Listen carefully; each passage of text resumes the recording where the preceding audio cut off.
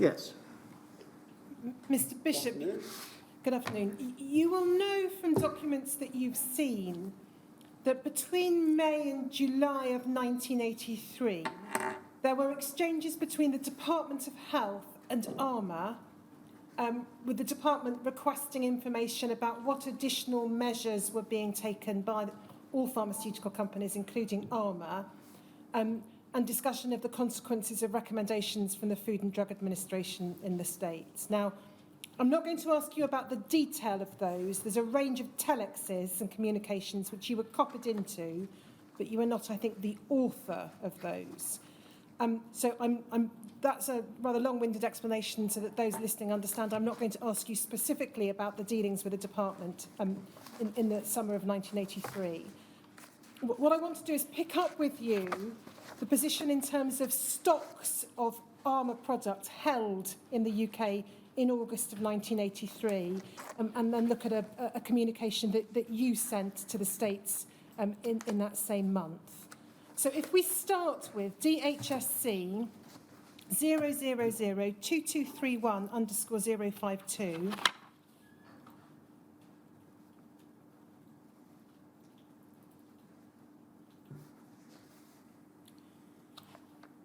you'll see this is an internal Department of Health memo from Mr. Edgerton to Dr. Walford, and it refers in the attached note setting out the latest stock position of blood products manufactured from plasma collected prior to March 1983. If we go to the second page, please. You'll see there, Mr. Bishop, a table. It's stock of blood products, August 83, manufactured from plasma collected prior to March 1983. And then we have the 5 companies set out. And then the next column is the stock of pre-March 1983 material for sale in the UK. So in relation to ARMA, you'll see 1.14 million international units there set out. Proportion collected in accordance with companies' special precautions. And as I understand it, those were the additional measures that ARMA had, and indeed others, said that they'd adopted prior to March 1983, 0.8 million international units, and then a clearance date. Is it right to understand, Mr. Bishop, that as at August 1983, there was still a significant amount of pre-March 83 material held in the UK which had not been collected in accordance with ARMA's own special precautions? I don't know. Okay. Well, let's pick matters up then in a letter you sent or telex you sent that same month, ARMO 40287.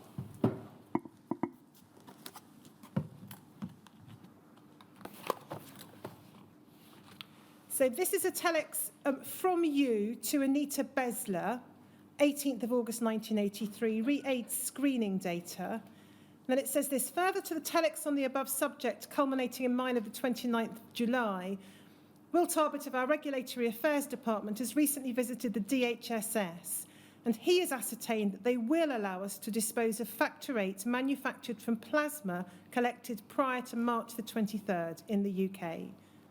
It would appear that the DHSS called a meeting, presumably of haemophilia centre directors, although we've been unable to ascertain who attended this meeting apart from Professor A. Bloom. At this meeting, it was decided by a small majority to allow suppliers of AHF concentrates to dispose of stocks manufactured from plasma collected prior to the FDA memorandum of the 23rd of March. It was also indicated that the DHSS will be closely monitoring the disposal of such product. It is therefore clearly vitally important that we endeavour to dispose of such product as soon as possible.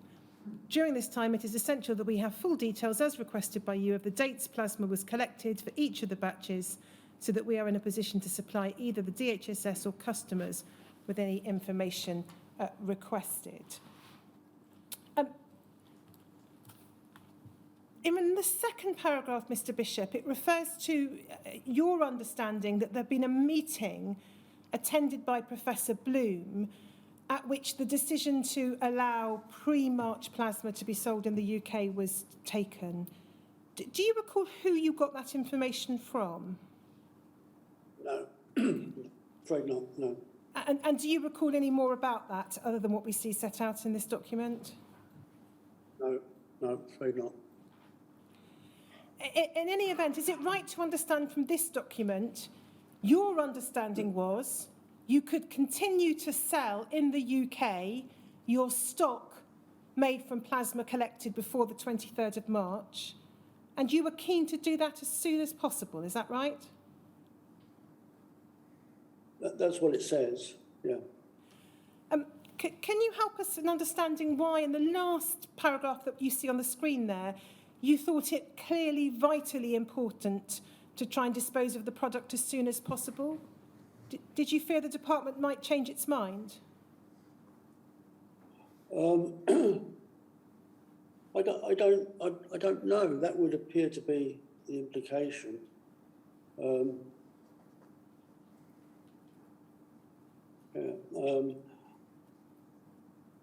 I do know that centres were concerned, or the Department of Health was concerned about the amount of material, held in the UK by all the different companies.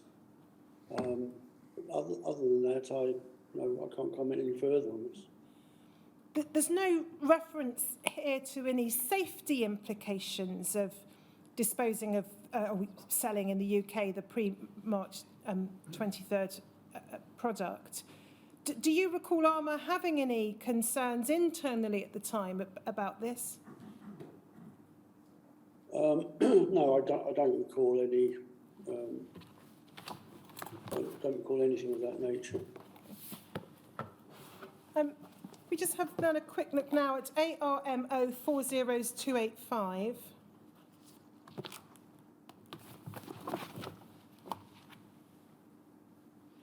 This is a letter to you from the Institute of Cancer Research in Denmark, August the 10th, 1983.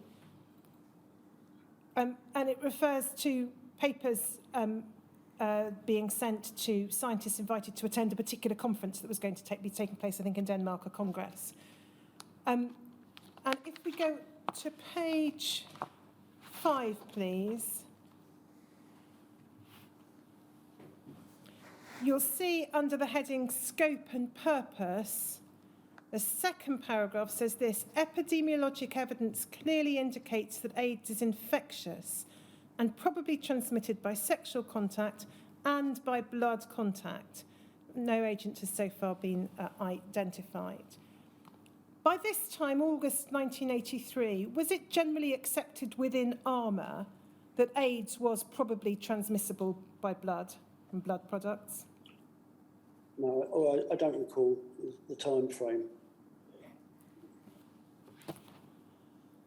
If we go to ARMO 40291,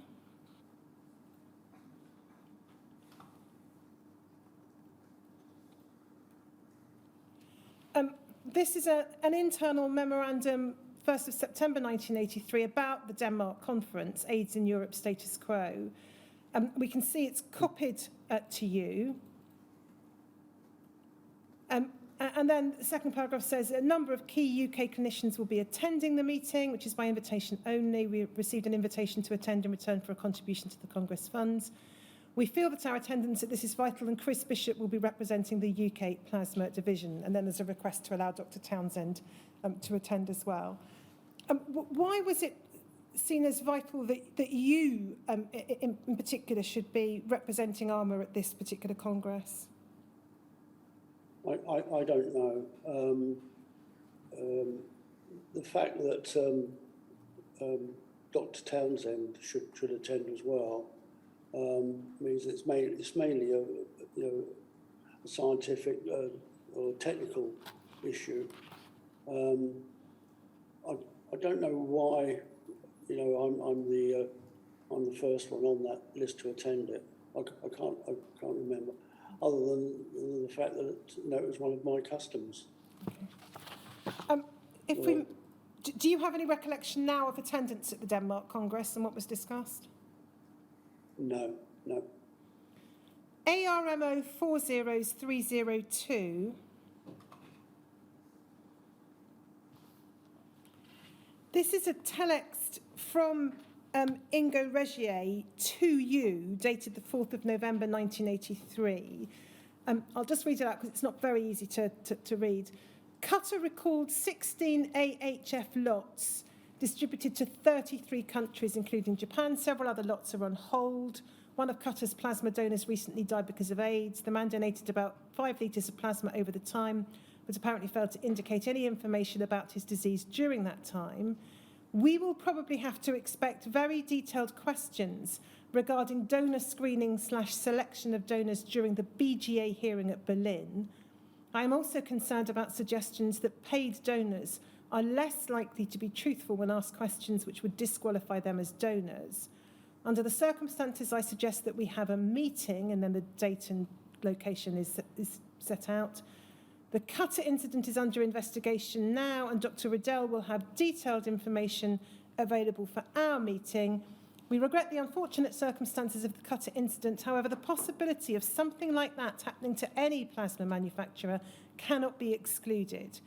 It should be to our advantage to remind our customers in an appropriate form that ARMA processes plasma from our wholly owned and fully controlled plasmapheresis centres.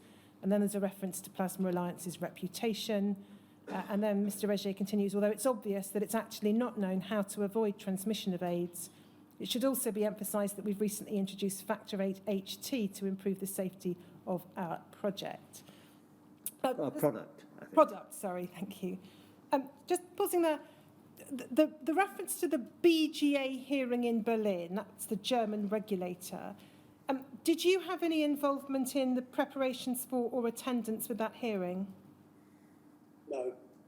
And can you recall anything about it, why it's being raised in a memo or in a telex to you? No.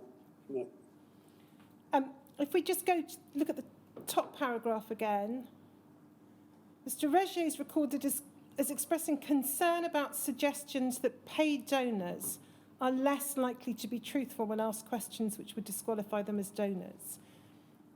What, to the best of your knowledge, was the thinking within ARMA on that topic? Was it generally accepted and understood that paid donors had less incentive, if I can put it that way, to be truthful when asked questions which would disqualify them as donors? No, I think the sources from which Qatar collected their plasma was completely different from ARMA.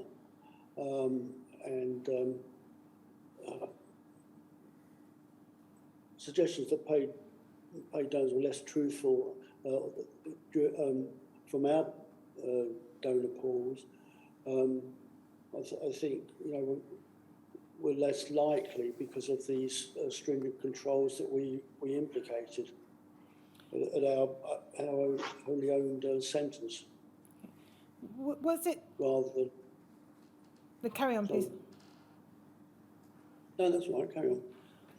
Was it nonetheless the case, as a matter of fact, that ARMA's donors, albeit donating to the Plasma Alliance's centres, they were paid donors, were they not? Yes, they were. Yeah, but all away from the notoriously bad areas, at-risk areas. And the type of donor that compiled our pool it is felt to be unlikely to be dishonest. Other than the letter that we saw Mr. Fitch sending to all haemophilia centre directors earlier in 1983, are you aware of any other policy statement or bulletin or information about AIDS which ARMA provided to haemophilia centres in 1983 or 1984? No, I can't recall without actually seeing them. Well, I don't think we've uncovered any, Mr. Bishop. I just wanted to give you the opportunity to explain whether you were aware of any others. No. Going to move now to the issue of heat-treated Factor VIII. I'm going to pick it up if I may, the beginning of 1985, ARMO 40341.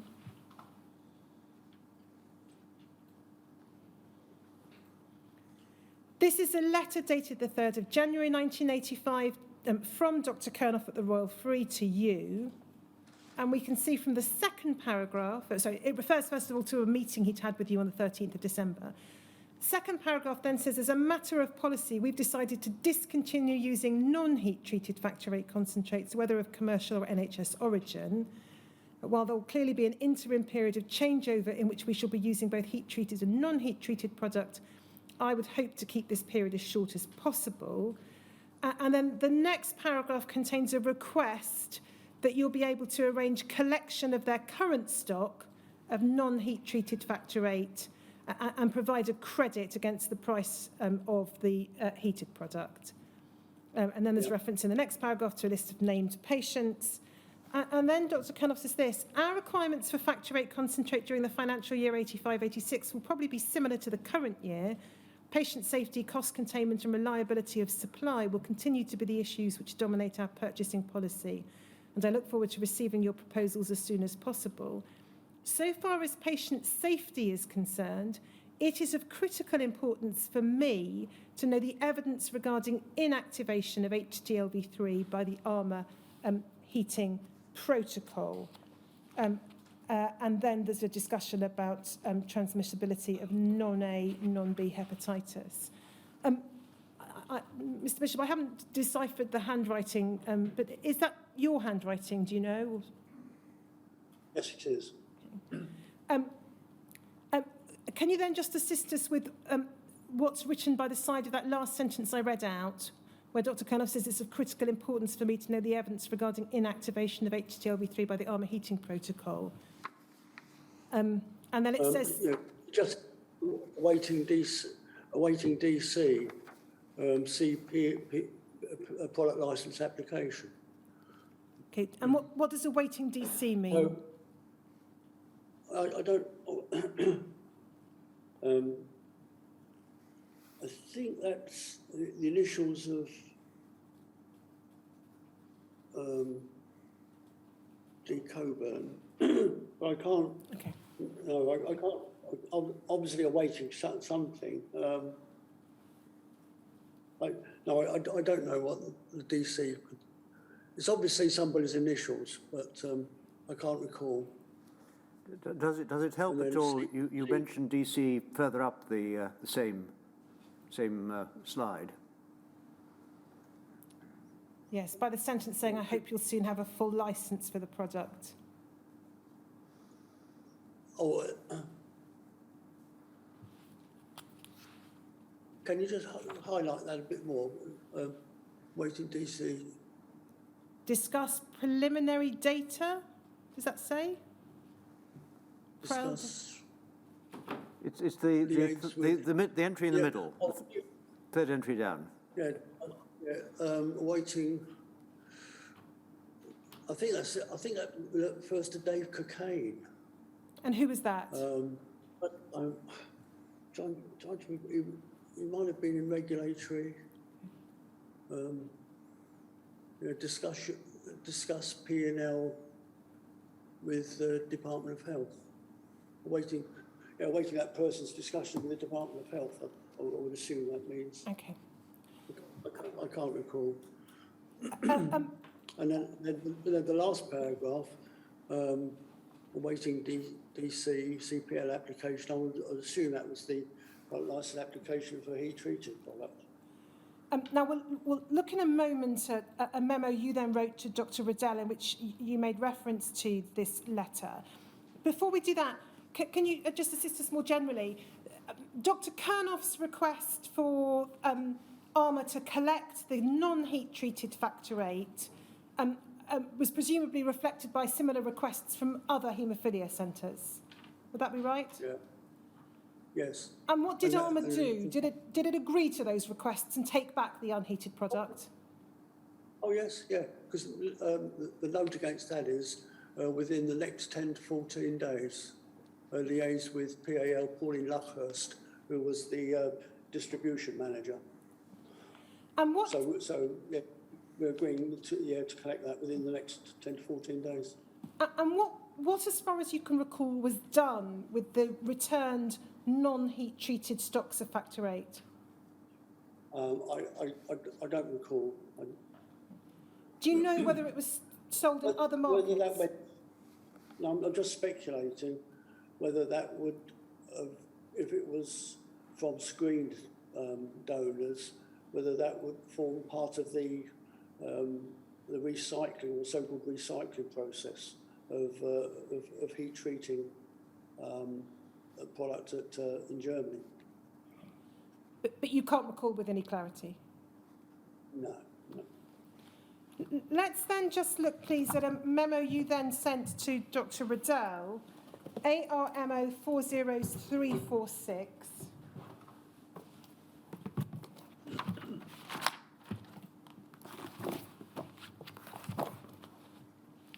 16th of January 1985, from you to Mike Riddell, and you say this: further to my memo of the 19th of December, in which I expressed concern regarding the advantageous position that Alpha were now enjoying, I attach for your information a letter received from one of our biggest and most important centres, the Royal Free Hospital, and I would particularly draw your attention to the points made in the last two paragraphs regarding evidence of inactivation of HTLV3 and the renewed concern regarding non-A, non-B transmissible agents. Then you refer to a discussion amongst haemophilia centre directors at a meeting at St Thomas's, in which they discussed the Alpha product, and you say there was a general agreement that together with the Behring product, the Alpha product is the best product available at the moment. You say, do we know of the worldwide results on the Alpha heat-treated product which could nullify or substantiate the results currently being achieved in the UK? We urgently need your authoritative comments and help in order to enhance our own product and or nullify the apparent advantages now being enjoyed by Alpha and Behring. I do appreciate the question of low yields with these products, but this is of secondary interest now to our clinicians, and we are in extreme danger of losing our market position. Why, so if we go back up to the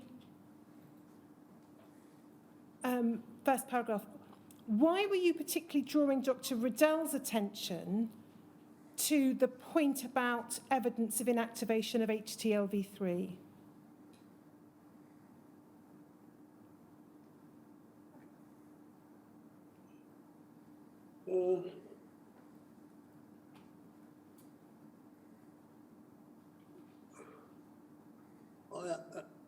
Is that referring to can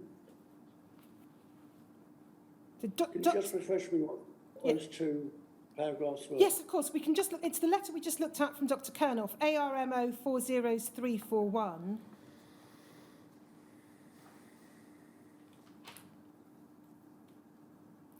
We look at the bottom of the page. He said, it's of critical importance for me to know the evidence regarding inactivation of HTLV3 by the ARMA heating protocol. So he wanted to know the evidence substantiating ARMA's particular heat treatment process. And then the next paragraph talks about non-A, non-B hepatitis. So that appears to be what you're drawing Dr. Riddell's attention to. Are you able to assist us in understanding why you were particularly flagging up those matters? Well, because it was a concern to Peter Kernoff. Do you know whether Dr. Kernoff was supplied by ARMA with evidence regarding the ARMA heating protocol and its success or otherwise in inactivating HTLV3? I can't remember, but if it was in the public domain, or even amongst the haemophilia centre directors, he would be aware of it. And then if we go back to ARMO 40346, your memo to Dr. Riddell, yeah. It seems pretty clear that you were worried that Alpha's product was being favoured by clinicians over ARMA's product. Is that right? Yes, yeah. And you wanted to be able to enhance ARMA's product. What kind of assistance were you anticipating Dr. Riddell might be able to provide in that regard? Can I just refer back to that, your comments on the penultimate paragraph? The note there that I say the yields is of secondary interest. So, in other words, our major concern was the safety of the product, not necessarily our market position. Well, as I read that memo, Mr. Bishop, correct me if I'm wrong, you're saying low yields was of secondary interest to clinicians. No, well, low yields in general. I mean, that low yields of a product would affect the profitability of the products.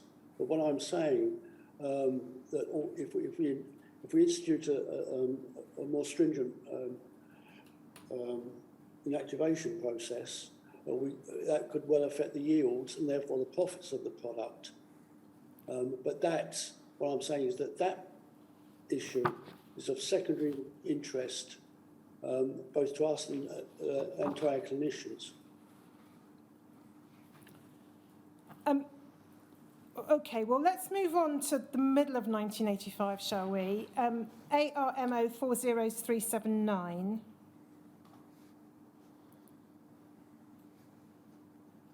This is a letter from you to Dr. Bell, Southampton Haemophilia Centre. There are a number of letters in identical form to other haemophilia directors. And we can see it says confirmation of telephone advice, 10th of May 1985, heat-treated factor 8, batch number Y69402. And you say this, as a result of the ongoing US surveillance programme, we've been advised that one donor whose plasma was incorporated into pools from which our anti-haemophilic factor 8 was produced has developed AIDS. When this donor was given plasma, we exerted our strict routine screening. The donor showed no indications of ill health, stated he was not a member of any risk group associated with AIDS and was on active military duty. Just pausing there, Mr. Bishop, the reference to active military duty, would we right to understand that ARMA didn't regard military involvement as indicating any higher risk on the part of donors? No, on the contrary, I think it was implying that he was a clean, good living, active militry operative. And then you say there's only one batch in the UK. Would not be from be one of the at-risk donors. And then you say only one batch in the UK is implicated. Fortunately, this is a heat-treated batch, number Y69402. This small heat-treated batch was distributed in December 84 and January 85 to a few centres only, of which yours is one. And we anticipate the product's already been used. If you're still holding any of this batch, kindly notify us so that we can arrange for its return. Other than contacting the the centres concerned in the way which we see here, by phone and by letter, are you aware of what other steps were taken by ARMA in response to this knowledge about batch Y69402? I don't know, but I'm sure the medical department would have been in touch with the Department of Health relating to it. I won't go to the document, but there is a document which suggests report to the department. And for the benefit of the user and the transcript, it's ARMO 40172. It lists 8 haemophilia centres to which this particular batch was had been supplied between December 84 and January 85. We'll pick up events in relation to that batch in a few minutes, Mr. Bishop. But in the meantime, can we look at ARMO 40416?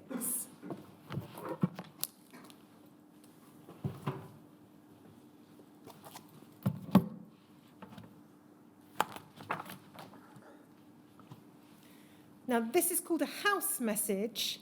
It's dated the 12th of July 85. It's from you. It's about heat-treated factor 8. If you look at who it's addressed to, is this your field plasma team, those who are going out visiting centres selling the product? Yes, yep.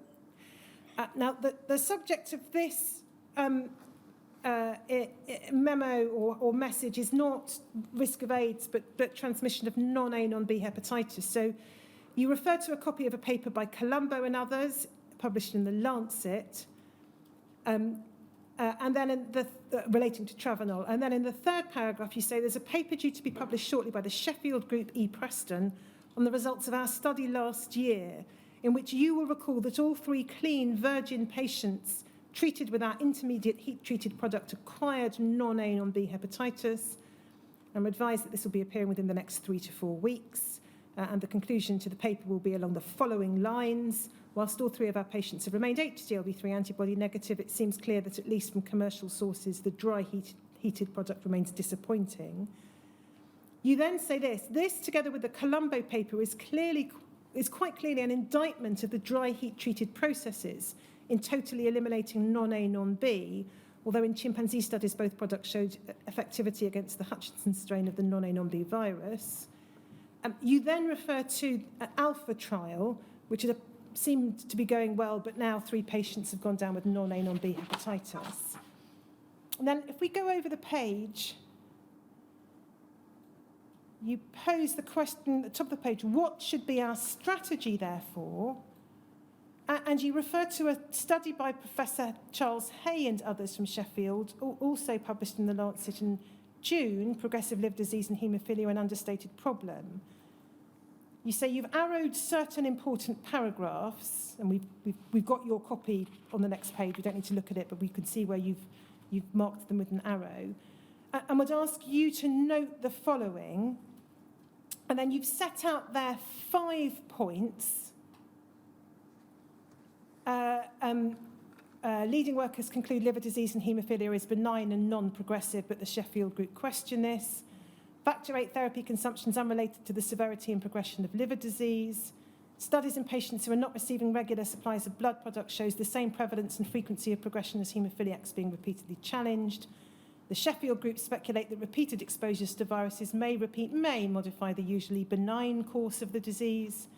The last sentence quite clearly and unequivocally states that any proven superior product is really only indicated in clean, virgin, untreated patients, and there's little point in altering the treatment of those who have already been exposed to concentrates. And then you refer again to the alpha position. Although alpha's unpublished evidence may look better, it's not the answer. It's still very much the luck of the draw which batch you get. There may be a case for clean virgin patients for alpha, but certainly not a case for universal change. And then you say this, use the above argument and the Hay paper to maximum effect when discussing the merits of the alpha versus the ARMA product. And then you say you'll update your team after the San Diego meeting. How common was it for you to study the medical literature and then draw out points from the medical literature and tell your team what they should make of it and how they should discuss it with clinicians? That would have been done in collaboration and with the approval of the medical and regulatory departments. I wouldn't have produced that document off my own back. That would have been after discussion with people more qualified to make those points. Okay. Well, if we just look at the next page, we've got the 2 Lancet articles. So we've got your initial CB on the corner, and then we've got the Colombo article. And then if we turn on, I think 5 pages, Shomek.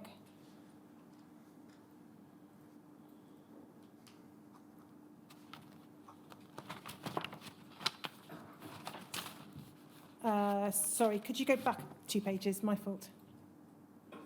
Yeah, we've there got Professor Hayes, or Dr. Hayes, as he then was, his article. And we can see that then the arrows you referred to, there's a handwritten arrow there. If we go over, say, 2 pages,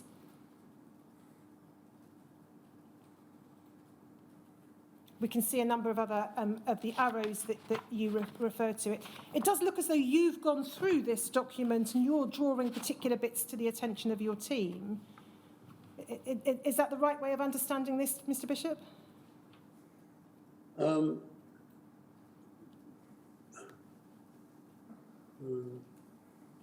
Yes, I don't know whether they are my points, my arrows. Well, your House message said, I have arrowed certain important paragraphs. Oh, I'm sorry. Okay, sorry, I apologise. Okay. That's all right. I mean, you're trying to tell your team, are you not, that the strategy should be to talk up the ARMA product and try and address any concerns about non-A, non-B hepatitis and repudiate any expression of preference for the alpha product? That's yes, what you based on those, based on the clinical references that I've shown. Let's then pick up the picture in relation to AIDS and that particular batch that we were looking at with ARMO 40418.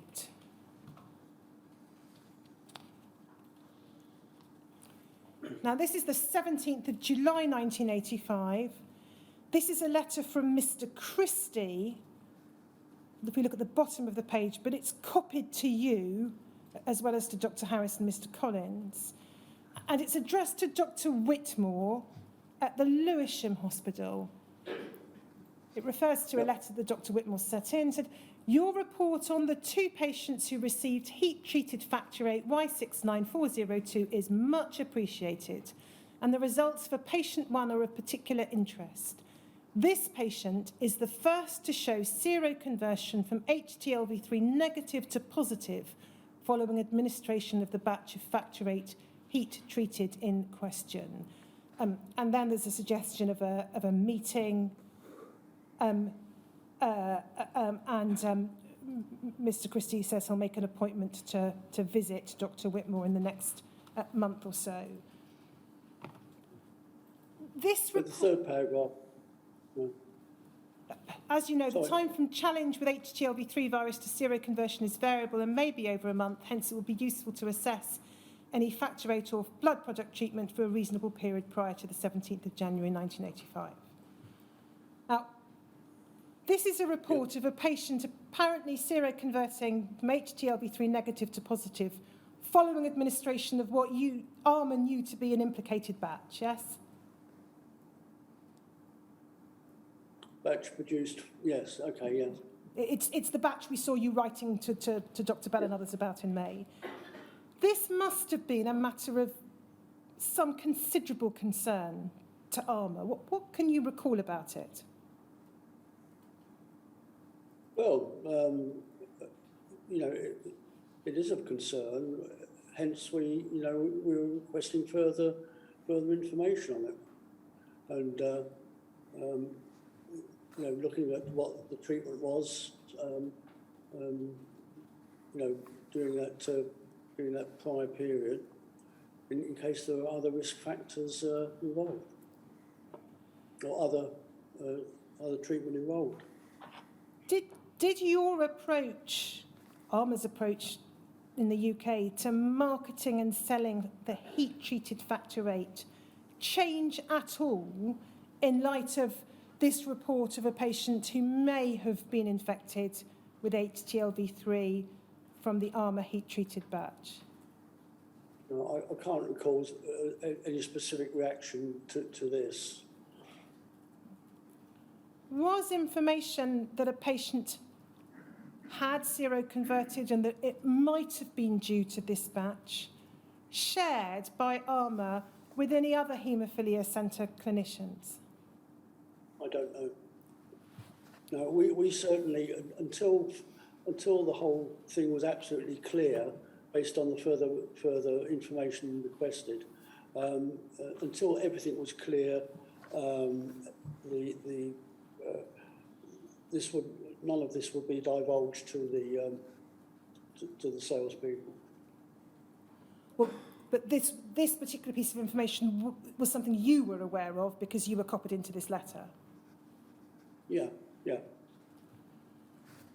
So is your understanding that yes, but it wouldn't have been shared with your team? No, it wouldn't have been. Not at this stage. And this is July 1985. I think we picked the matter up next in the UK in February 1986. But before we do that, we know from other materials that in October 1985 there was a meeting in New York to discuss, amongst other things, the work undertaken by Dr. Alfred Prince. You were not, I think, a party to those meetings, although Anita Besler was. Do you recall issues about the Prince data being shared with you in the UK at all at this point in time, 1985? I was aware of the Prince study, but I can't recall the actual details without seeing more. Do you know whether? Do you know whether within the UK, so within ARMA UK, there was any consideration of whether the Prince data should be provided to the Department of Health?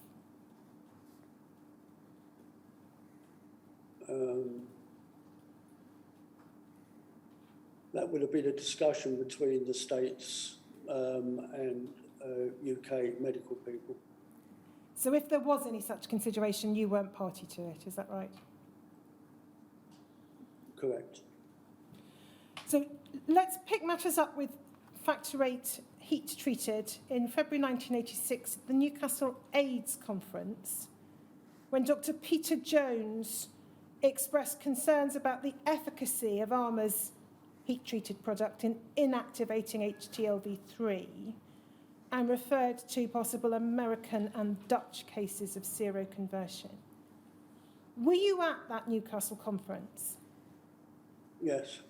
What do you recall of the reaction to Dr. Jones's address? My overriding recall is one of outrage and concern at a statement by Peter Jones based on confidential information from Dr. Ted Carter to Peter Jones and without full knowledge of the patient involved or his history. So, because at that meeting there were haemophiliac patients present in the audience in the meeting, and it did cause great concern and was really was an ill-conceived statement at that stage.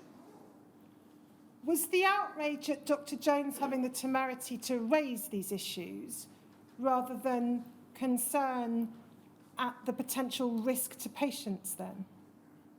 The potential, the concern was that this was putting the frighteners into patients without the full facts being available.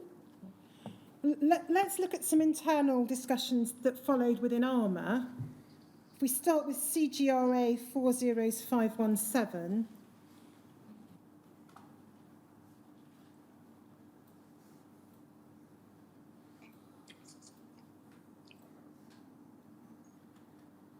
This is a file note of the 13th of February 1986. I think the name on the bottom, the note is dated the 14th of February. And the name on the bottom, PAH, would be Dr. Harris, I think. Is that right? Yes, yeah. Top of the page, we can see it's copied to you, to Mr. Christie and to Mr. Fitch. And then we can see 9:30 a.m. received telephone call from Dr. Rotblatt of the DHSS Medicines Division concerning the Dutch patient who originally contracts AIDS after receiving heat-treated factor 8. And then there's reference to reports about Dr. Jones' speech and Dr. Rotblatt wanting information. If we then just look a little further down, we've got the paragraph beginning, discussions with RBC and CB, so that's with Mr. Christie and with you, confirmed that this was a patient about whom we had previously been informed. But the haematologist concerned, Dr. Tenkate, had wished to keep the matter secret until he had investigated the total clinical situation. And then it refers to, it was established this patient had in fact received factor VIII batch number X57610-6, the batch known to have contained donations from a confirmed AIDS sufferer. Outstanding actions include, and then there's just confirmation with Germany, a medical report obtained from Dr. Tenkate, and then review overall status with RBC and CB before discussing again with DHSS.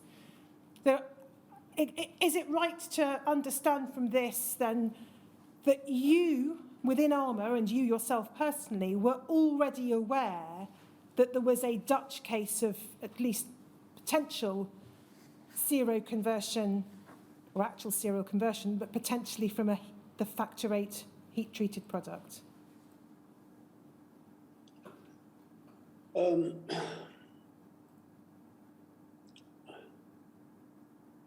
Yeah, I can't recall the previous. I can't recall details of the previous reference to the Tenkate case.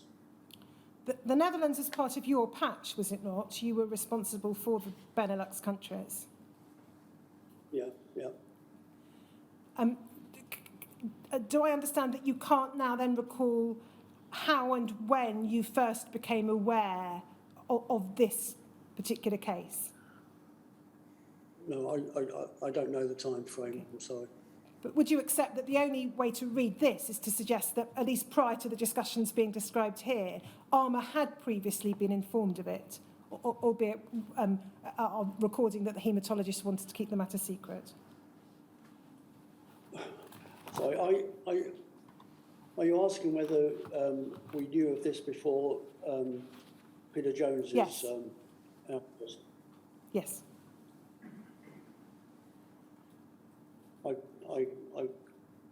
We may well have been, but again on a confidential basis, pending the further information that was requested. Well, let's then just follow things through in the month of February '86 by looking next at ARMO 40475.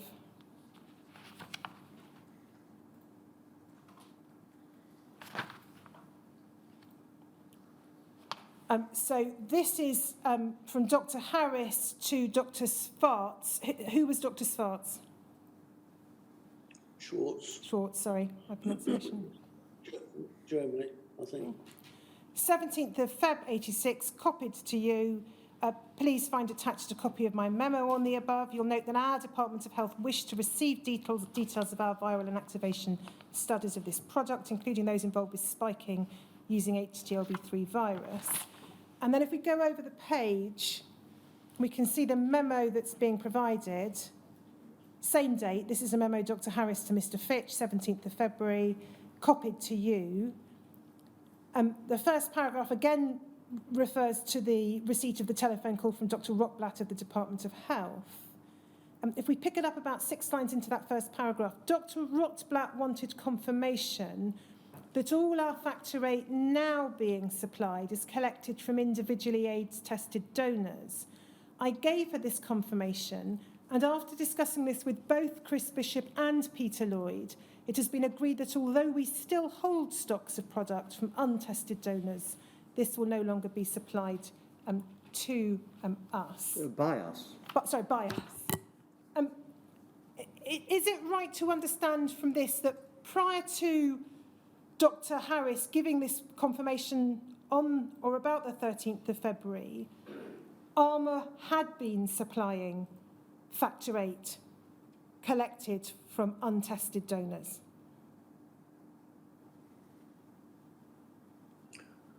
I don't know. We can see then in the third paragraph, it says just wait till we've got to it. PAH, so that's Dr. Harris, RBC, Mr. Christie and CB, that's you, on the 14th of February met and agreed an outline communication to send to our plasma field force RBC and PAH finalised this on Monday morning for immediate transmission to their field force via Chris Bishop's office. Now, I want to look at that document, please, with you, that was prepared to be sent to the field force. It's at ARMO 40474.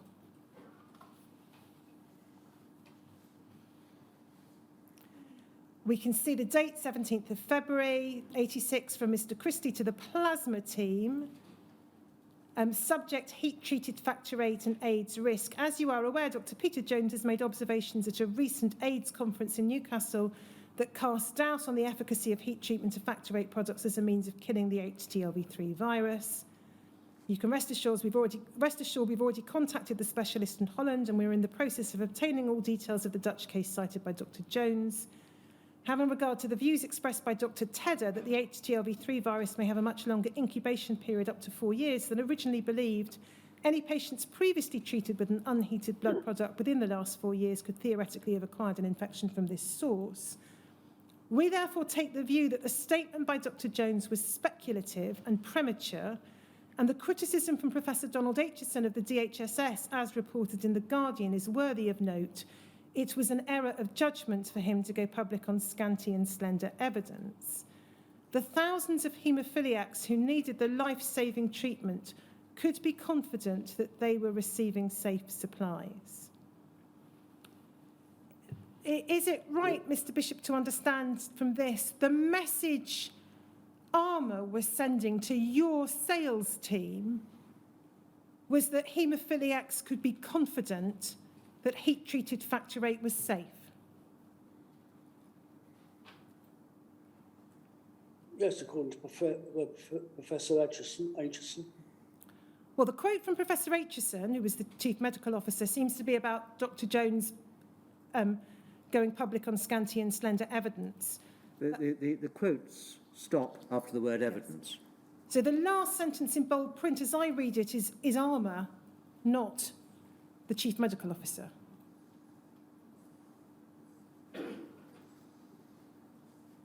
Well, that was our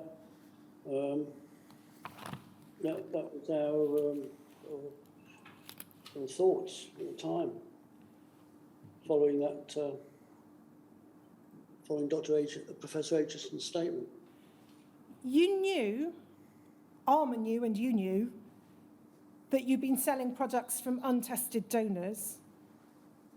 You knew of Dr. Whitmore's Lewisham case and of the Dutch patient. On what basis could you then confidently assert that the thousands of haemophiliacs who needed the life-saving treatment could be confident that they were receiving safe supplies?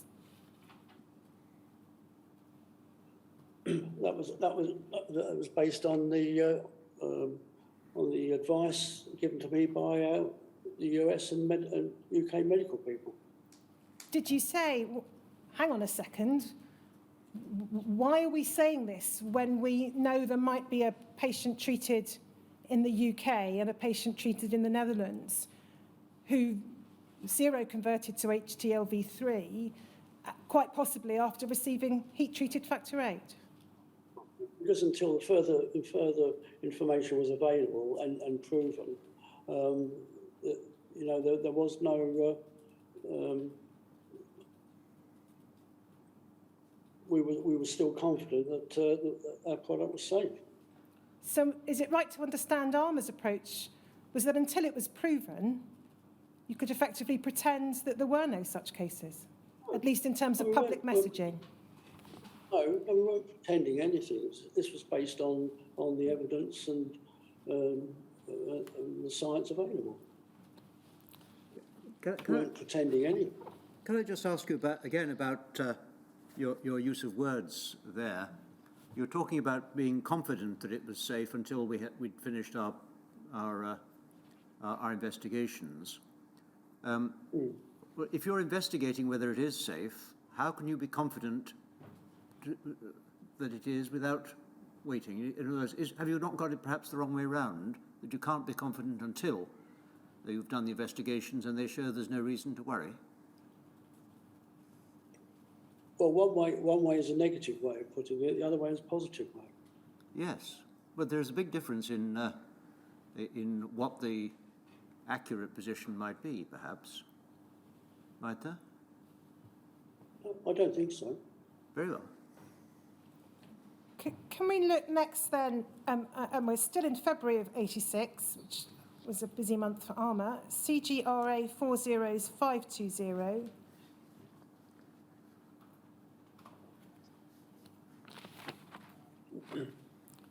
This is Mr. Christie to Dr. Harris, 18th of February 1986.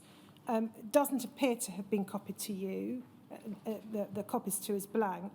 It refers to a further telephone call from Dr. Rotblatt in the first paragraph. Fourth paragraph talks about attempts to contact Dr. Kate. And then there is further discussion recorded between Mr. Christie and Dr. Rotblatt. Bottom of the page refers to Dr. Rotblatt asking for the heat treatment process, which I gave to her, 60% for 30 degrees. She asked for any viral inactivation studies that we had to confirm that this was a lethal process for spiked plasma samples. I promised to send everything available to her. And then if we go over the page, last paragraph, as you now know, I am now obliged to report Dr. Whitmore's patient who's seroconverted following treatment with factor VIII H3Y69402, AIDS donor in pool to her, as Dr. Whitmore has confirmed that the patient remains HTLV3 positive. So some 8 months or so, 7-8 months after Dr. Whitmore has told you about this patient, it's right to, when I say you, sorry, ARMA, about this patient, is it right to understand that that case still had not been reported to the Department of Health? I don't know.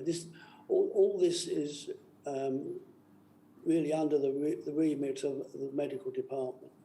Now, whatever I think or speculate about, what appears in these documents is not important. It's what the medical departments and the Department of Health are discussing between themselves. Do you think, looking at things now, that ARMA should have reported Dr. Whitmore's patient to the Department of Health an awful lot sooner than February of 1986? No, that's a decision of the medical department, not me. Can we look at ARMO 40489, please?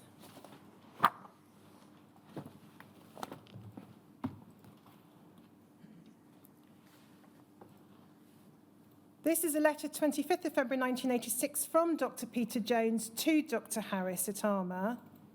We look at the handwriting at the top. It says RBC CCCB. So it looks likely that a copy of this was provided to you. Yes? Yeah. If we look towards the bottom of the very long paragraph, just want to read the last few lines where Dr. Jones says this. From the clinician's point of view, I do not think that we can afford to take a less pragmatic approach of waiting for epidemiological studies to confirm or deny seroconversion in previously untreated patients. I do not think that the ARMA material should be prescribed to previously untreated seronegative patients, and am particularly averse to its prescription for children. Was there any discussion within ARMA following receipt of Dr. Jones's letter about what he was there saying? I don't recall. And ARMA continued, did it not, to sell factor VIII heat-treated for use, amongst other things, in the treatment of children, because it continued to supply haemophilia centres such as Birmingham with its product? I can't comment on that. Now, we know that on the 27th of February 1986, there was a meeting in Fort Washington in the States to discuss the issue about heat-treated product.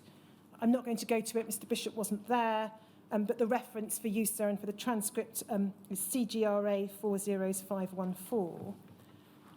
What I want to show you, Mr. Bishop, is a memo copied to you which then discussed that meeting. So ARMO 40496.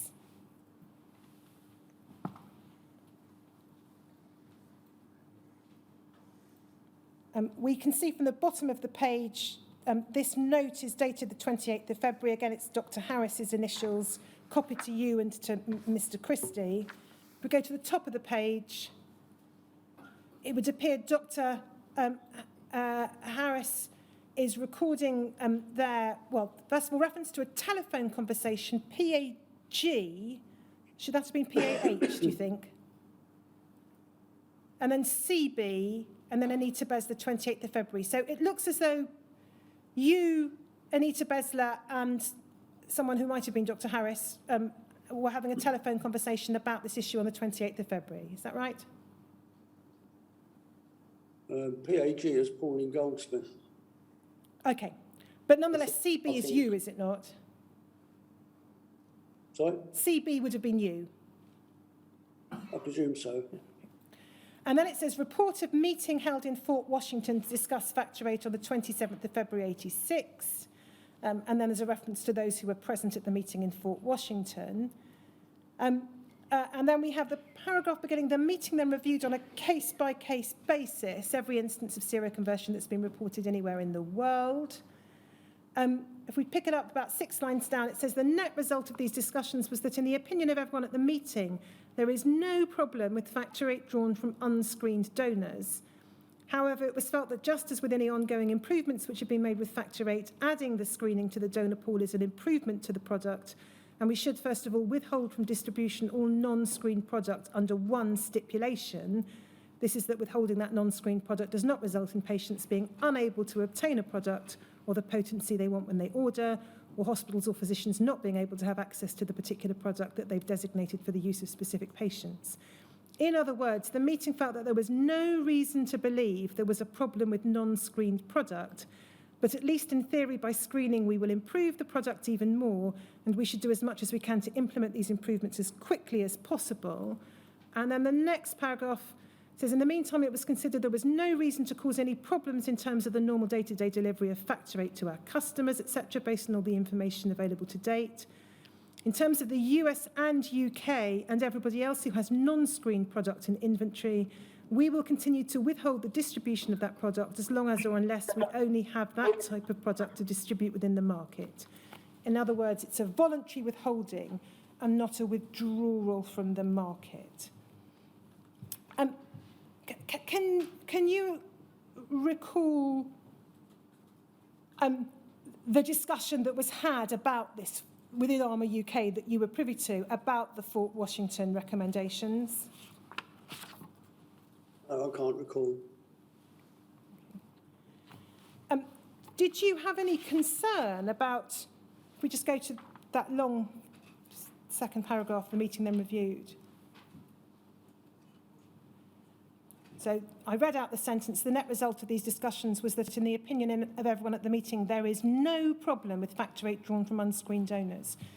Knowing as you knew that there was at least a possible case in the UK and a possible case in the Netherlands, do you recall having any concern yourself about ARMA US concluding that there was no problem?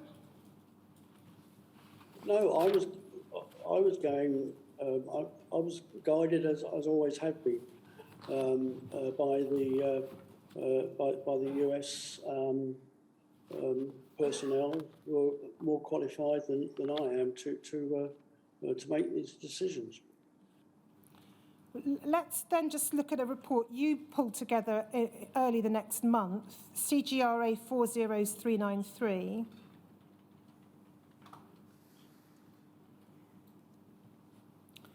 Third of March 1986, from you, status report on Factor 8 and HTLV3/LAV seroconversion. You set out under the heading background a chronology of events, beginning with Dr. Jones at the Newcastle AIDS conference. I'm not going to go through the detail of that. If we go over the page, You'll see then you refer 28th of February 86 to the Fort Washington meeting, and then you record 3rd of March, so the date of this report, that there was a visit to the DHSS that day awaited. And then you identify a number of outstanding issues, and I just wanted to ask you about that. Disposal of existing unscreened product, mechanics and financial issues. Are you able to assist us in understanding what was meant by disposal of existing unscreened product? Are we talking about its destruction or its sale to other markets? Well, that was the item for discussion. How it should be handled. What were the financial issues involved? Presumably, as far as the marketing was concerned. And then the next subparagraph says revision of D and S. What was D and S? Demand and supply. And then subparagraph 5, marketing position statement / strategy, relevant to, and then you set out a number of matters. F is circular to all haemophilia centre directors. Is it right to understand that you were keen that there should be some form of statement from ARMA sent to haemophilia centre directors on this issue? Yes. Okay, and we'll come on to look at, I think, a couple of further documents that address that. Before we do so, can we then, still in March of 1986, look at ARMO 40/505_001, please?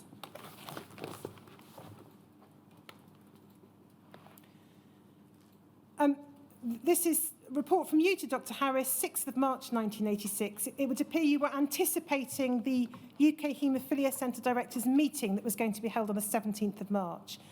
You said this, following the above, which it's anticipated most, if not all, the UK directors will be present, a meeting of the Hemostasis Club will be held, the topic being blood products. What was the Hemostasis Club? That presumably was within the UK directors organisation. Well, if we read on it, it might perhaps become clearer and prompt your memory. So the next paragraph records a number of doctors who are going to be invited to talk on various issues, including Dr. Lane on self-sufficiency.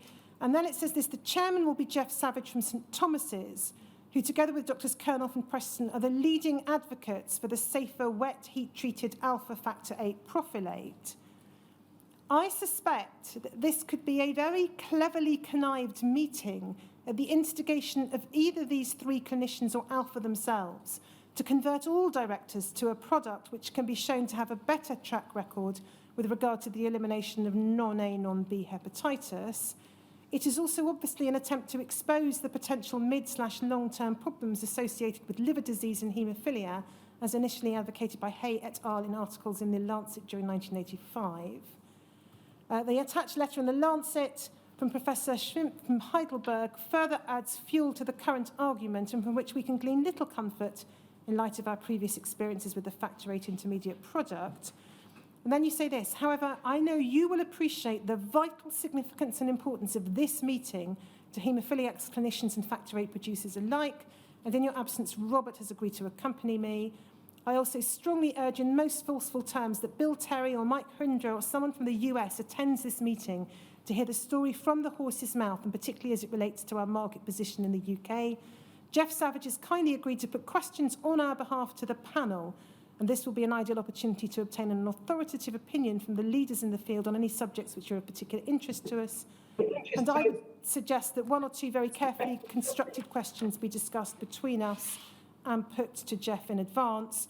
And then just over the page, second paragraph says, this is perhaps the most vital meeting affecting our plasma business which has yet been held. Does looking at that document more fully prompt your recollection of what the Hemostasis Club was?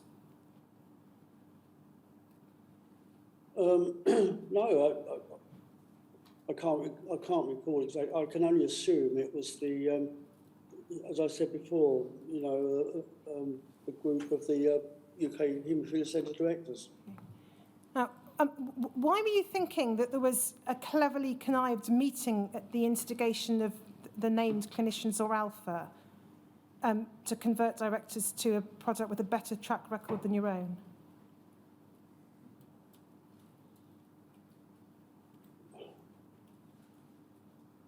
Well, it was a suspicion on my part. That's all. You, in that fourth paragraph beginning, I suspect that this could be. The last sentence says it's also obviously an attempt to expose the potential mid/long-term problems associated with liver disease and haemophilia.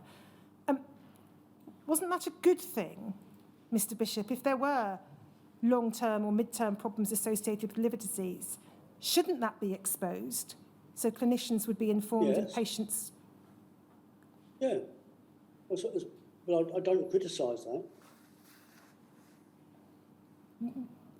What were you criticising here then, Mr. Bishop? It's fact. Sorry? You appear to have been very exercised by the prospect of this meeting. Why was that? Well, because of the evidence for the alpha product and the enthusiasm being expressed by leading clinicians for that product over the ARMA product. If we then go to ARMO 40512,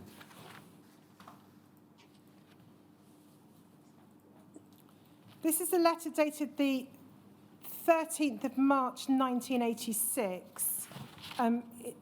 It's from Dr. Harris. This is a blank form, so it looks as though it was a form of letter intended to be sent to Haemophilia Centre directors, because it says in the first paragraph, over recent months, Haemophilia Centre directors have requested the HTLV3 inactivation data relating to our heat treatment process. In response to those requests and having regard to recent media comment, we set out below details of the viral inactivation data along with other important information. And then there's information about that in the next paragraph. If we go 2 paragraphs further down,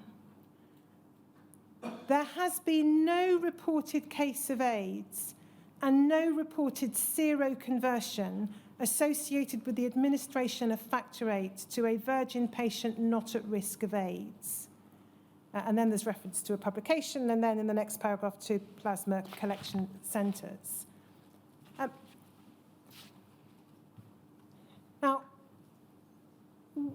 it might be said, Mr. Bishop, that the words chosen there have been very carefully and deliberately chosen by reference to no reported seroconversion associated with the administration of factor VIII to a virgin patient not at risk for AIDS.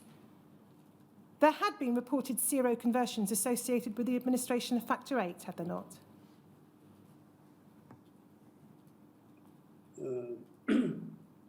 Yeah.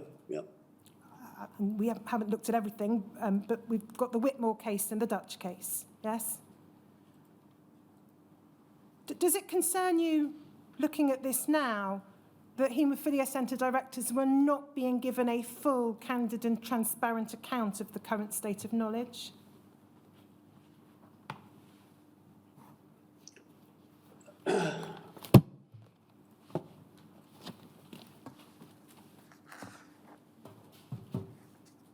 No, I think, no.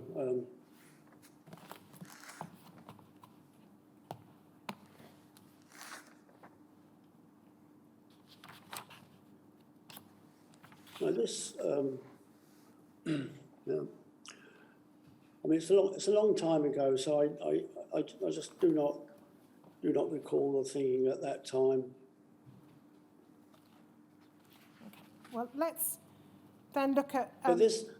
But this letter, you see, is it would have come from the medical department. That is a statement of the medical people. That's not a statement from me, is it? It's not. I'm asking your perspective as a senior marketing official, indeed, I think manager of the plasma or biologicals division by this time in ARMA, as to whether it concerns you that this was not necessarily the most complete and candid account that could have been given.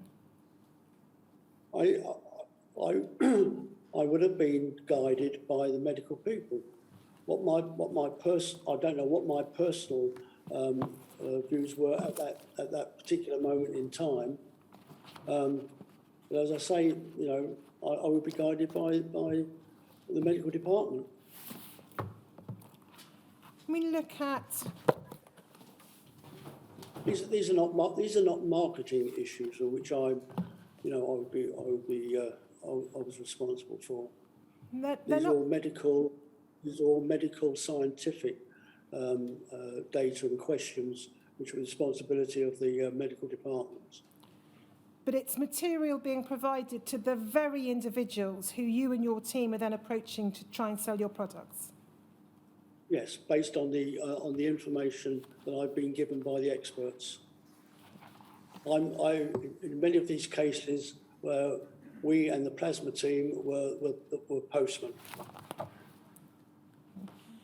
Let's look perhaps at one further document before we break. 24th of April 1986 from you, ARMO 40525.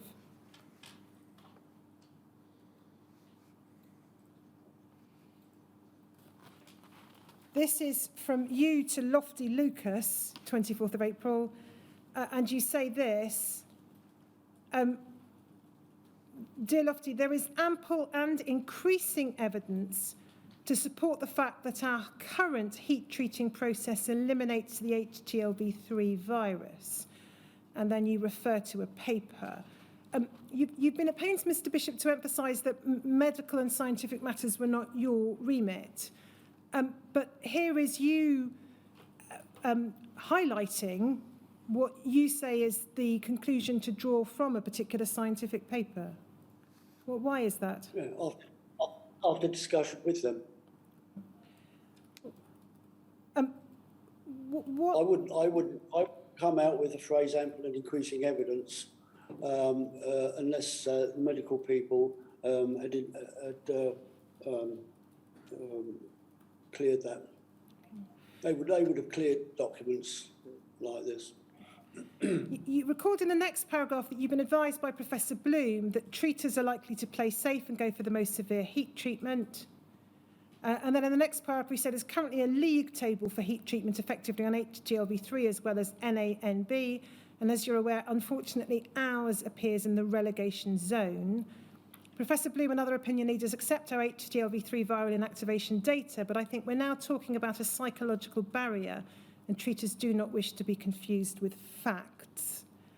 Are you able to cast any further light on the discussions that you'd been having with Professor Bloom on this issue? No, only the fact that they, as I say there, they accept our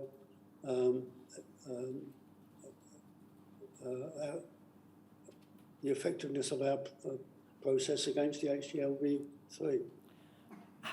As far as you know, had Professor Bloom and others been sent your HTLV3 viral inactivation data in full? I can't say. I would imagine so, but I can't say. And then if we just pick things up in the penultimate paragraph, so towards the bottom of the page. No, he would certainly have picked up the papers relating to our process that have been published. And then penultimate paragraph, it says, you say, I attach a copy of my memo of the 27th of October 85, in which I made the point very strongly that a new viral inactivation procedure must be devised or licensed for both the existing product and Mono-C. This was nearly 6 months ago now, and I would have thought ample time to provide new data on a new heat treating procedure. Though you, from a marketing perspective at least, had been advocating a change to the heat treatment process, had you? Yes. Because doubts were being expressed about the efficacy of ARMA's existing heat treatment protocol?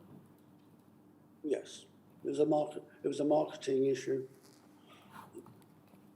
Irrespective of the proven effectiveness or otherwise of the ARMA process, people were looking for stronger heat treatment for longer periods, and that was the concept. So I note the time. I've still got probably another 10 to 15 minutes or so on this particular topic, which is my last main topic. I wonder whether perhaps we have a short break now. Yes. To give Mr. Bishop a rest amongst other things. Yes, we will. But let me just ask one question first, if I may. Can we go back, please, Shumik, to ARMO 40512?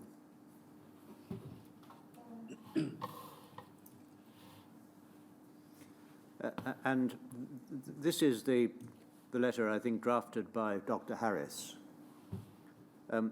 You've told us that that's prepared by the medical side. You had no particular hand in it. But if this is sent to haemophilia centre directors, the first line of contact between ARMA and them would be one of the sales force, would it? Yes. So, Except possibly on issues like this on the technical side, where clinicians could well contact the medical department directly, or through the sales people. well, if they're doing it through the sales team, the position, as I imagine it may have been, but tell me if I'm wrong, would be that you or one of your team would go and have a word with a haemophilia centre director who was dealing with ARMA product, and they might perhaps, having read this, say, well, I've read what you say here about there's no reported case of AIDS and no reported seroconversion associated with the administration of Factor VIII to a virgin patient not at risk of AIDS.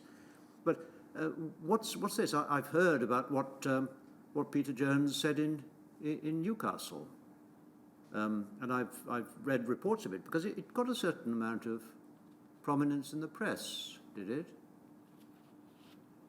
Well, on that particular issue, fellow haemophilia centre directors, and I've had this from the horse's mouth, were horrified at Peter Jones's statement.